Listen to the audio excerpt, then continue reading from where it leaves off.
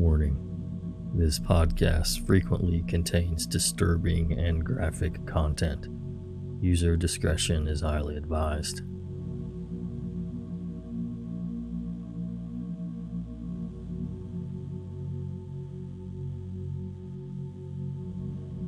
Hello again, Nightmare Society. Big welcome to our newest official members of the Nightmare Society online campfire, Brittany C, Alexandra L, and Rebecca N. We're so glad to have you all. Welcome to the campfire, and thank you so much for your support. Also, a huge thanks goes to user Infamous Lunchbox, user Hashbaz, and user iridescentspectrum for sharing their stories with us tonight. Now, get comfy and prepare yourself for another episode of the Nightmare Society.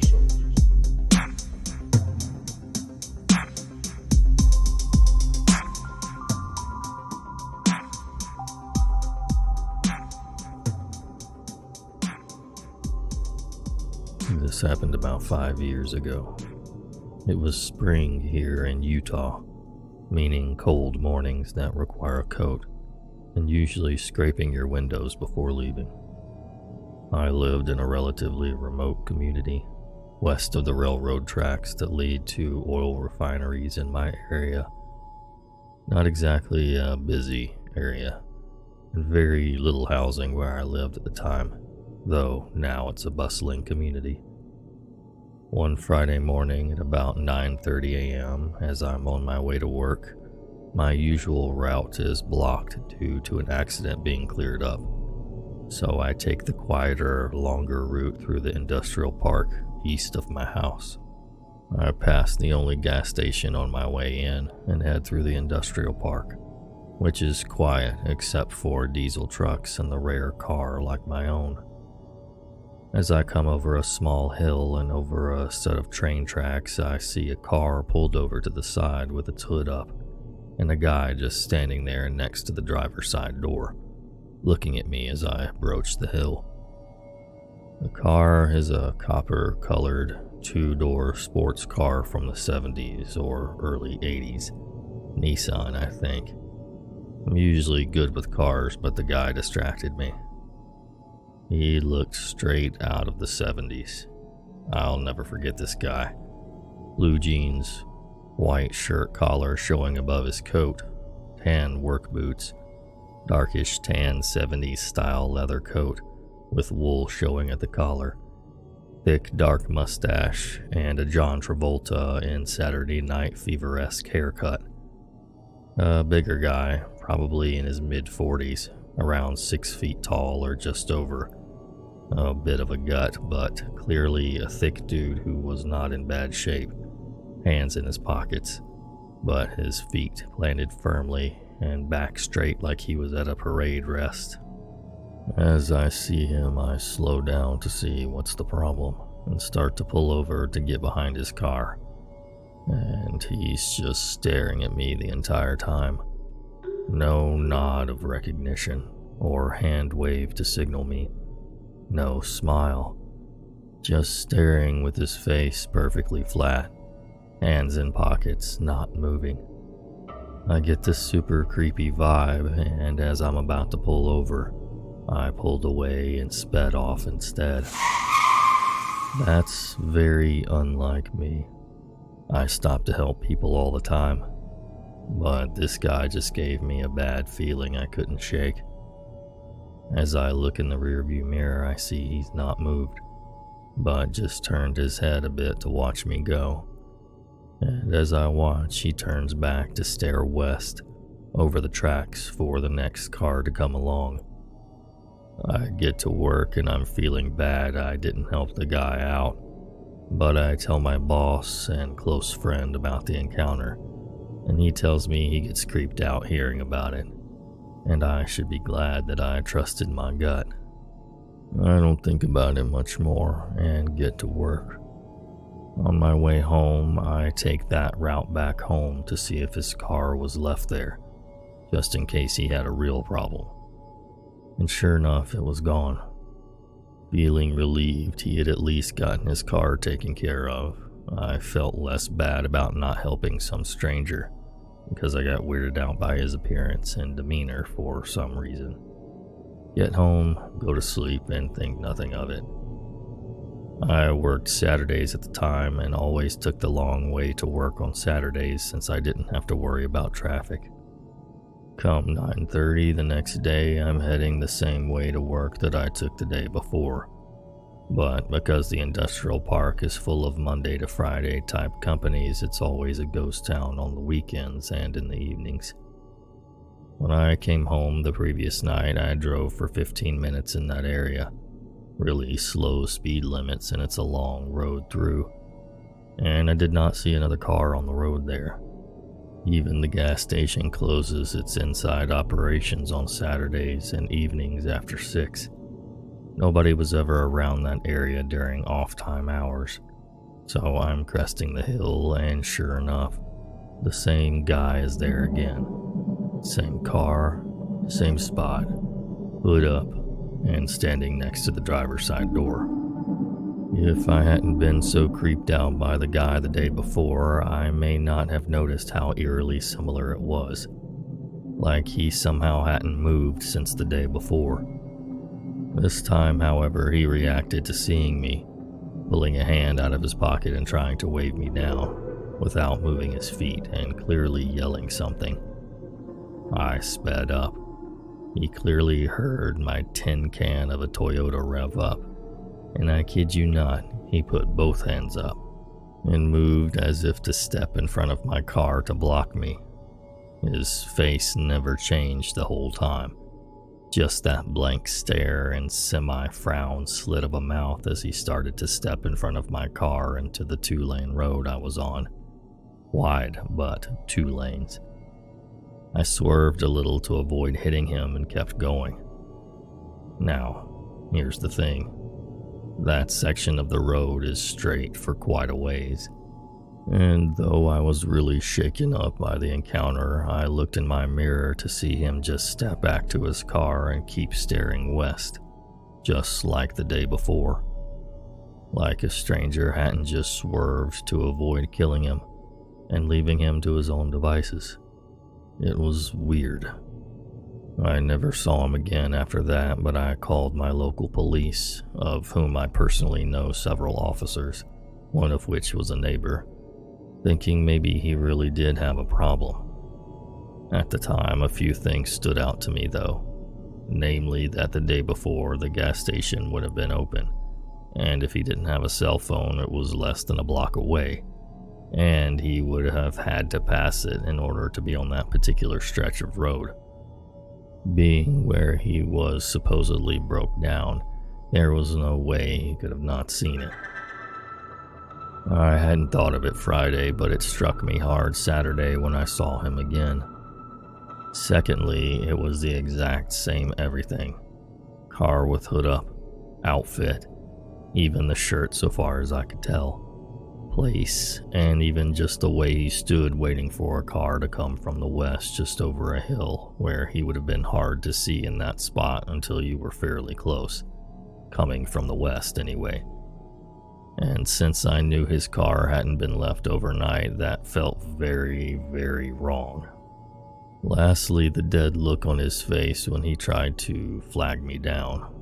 I could see him clearly. I was going 25 miles an hour, the speed limit in that particular spot, and he did not change his expression when he saw me. He just went through the motions. That was probably the most unsettling part to me. It was like he knew what to do, but not how to do it right emotionally. Also, that he just turned back to staring immediately after I passed him. Later that day, I asked one of my cop buddies if they came across the guy, but he hadn't heard anything. And even later on, I came to find out the cop on that route hadn't come across anybody when he stopped by a bit later. It's a smallish town. Not much happens here. Non-emergencies are slow to be dealt with at best. My buddy told me thanks for calling in. Stranded motorists can really get hosed when nobody's around. But also good on me for following my instincts about that guy. Basically, if you feel creeped out by a stranded motorist, call the cops and they'll find and help them. Long story short, I never saw the guy again, and I hope I never do. Because whatever his game was, I know his car wasn't just broken down in the same conveniently hard to see spot repeatedly. Of all the creepy crap I've seen in my life, and there's been a lot, that is the one that repeatedly enters my mind.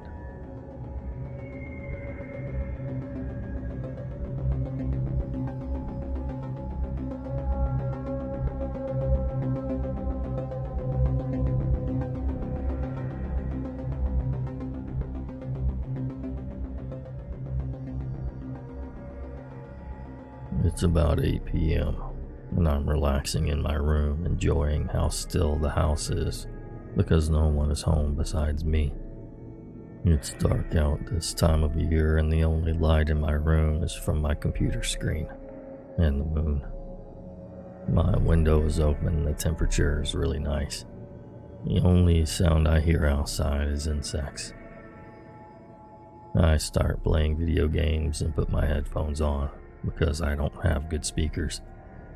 I'm playing for about 10 minutes when I see light come into my room like someone opened my door. I turn around and see a man standing in my doorway. He's acting like he came into the wrong room and shuts my door again quickly. I don't think anything suspicious right away because one of my roommates, Greg, has the room directly across from mine. I figure one of his friends came home with him and just got the wrong room by mistake. I look at the clock and realize neither of them should be home for at least an hour. Greg is out for a religious thing and my other roommate, Caleb, is at work delivering pizzas. So I start freaking out. I'm not sure if I should go investigate or call the police. Maybe I'm wrong about what time Greg is supposed to be home. I decide to go out and investigate. I slowly walk to the top of the stairs and lean over to look down into my living room, trying to keep out of sight. This man is downstairs trying to take Caleb's laptop, which is on our coffee table. I'm not sure why, but my fear at that moment turns to anger.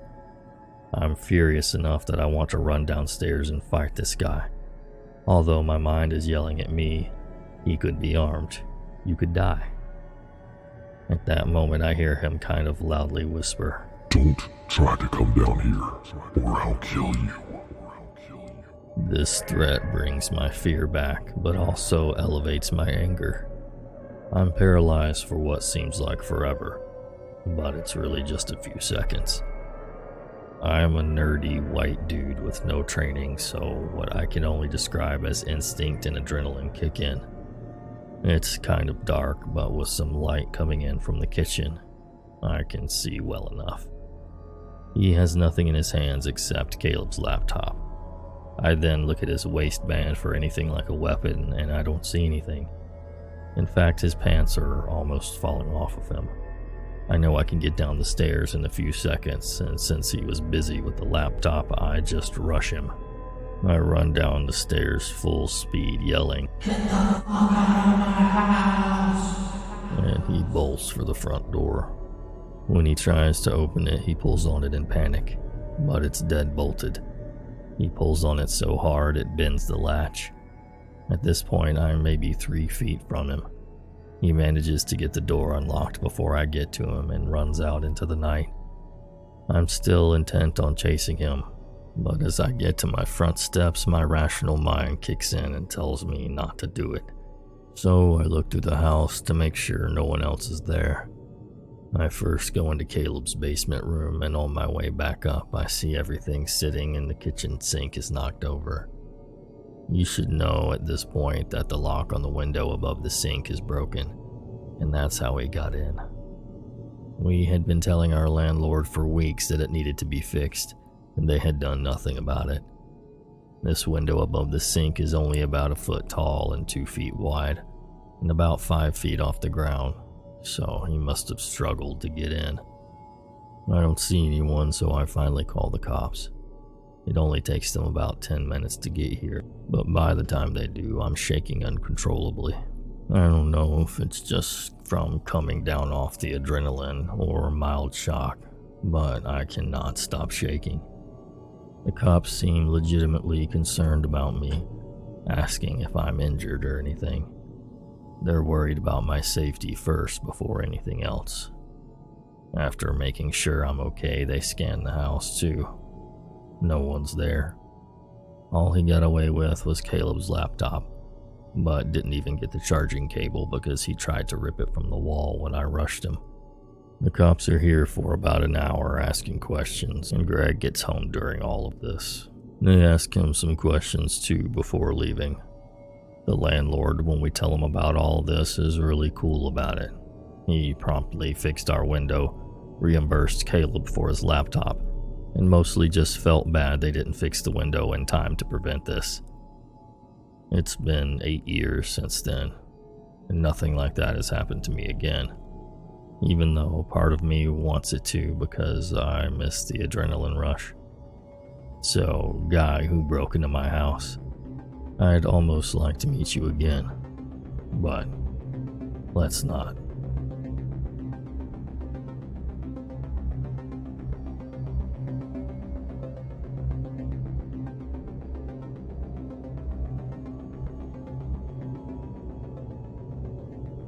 Some years ago, me and my friends went for a drive into a disused quarry and now national park here in the UK.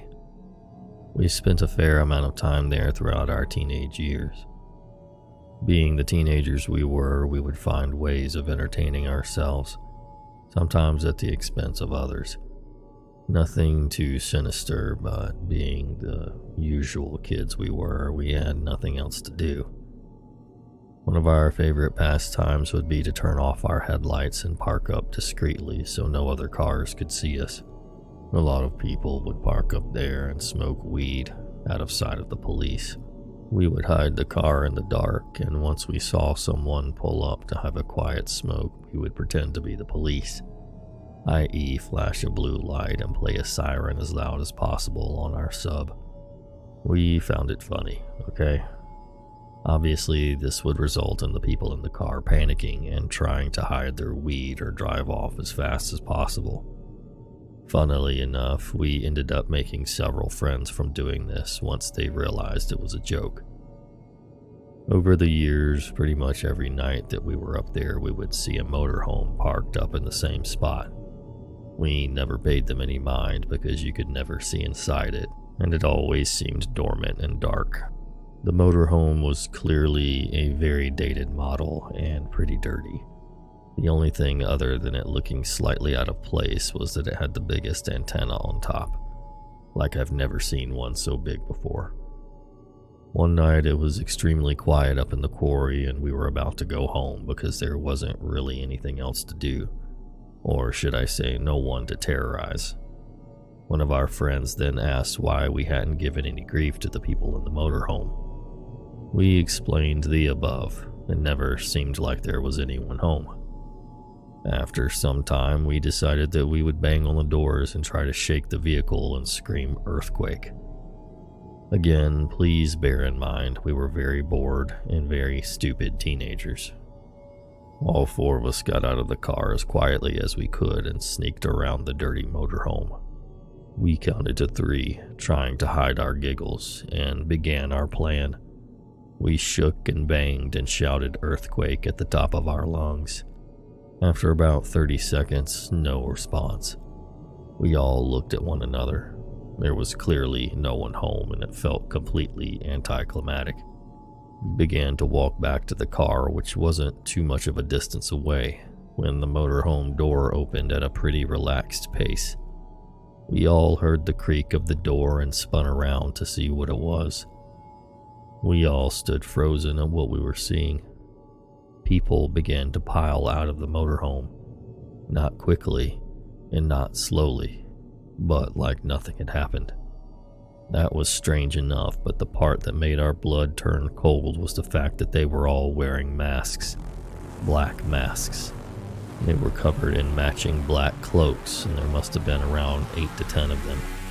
It's safe to say we booked it. We ran like we've never run before. straight back to the car and jumped in, starting up the engine and speeding off out of the quarry. 3 of us looked back to see if they were following, and they were not. They were just standing there, looking in our direction.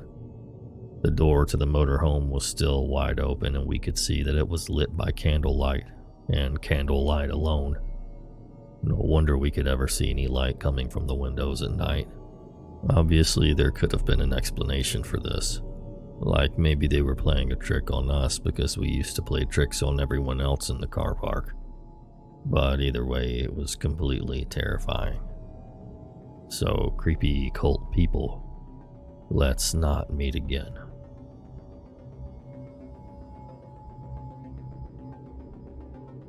Remember to follow us over on Instagram for Would You Rather Fridays and other updates. And if you're interested in possibly supporting the podcast, you can check us out on patreon.com/Nightmare Society. We have our merch also linked in the description, and you can also leave us a review if you feel so inclined to do so. That is also a huge help to us. Thanks so much for listening, and until next time. Sweet dreams.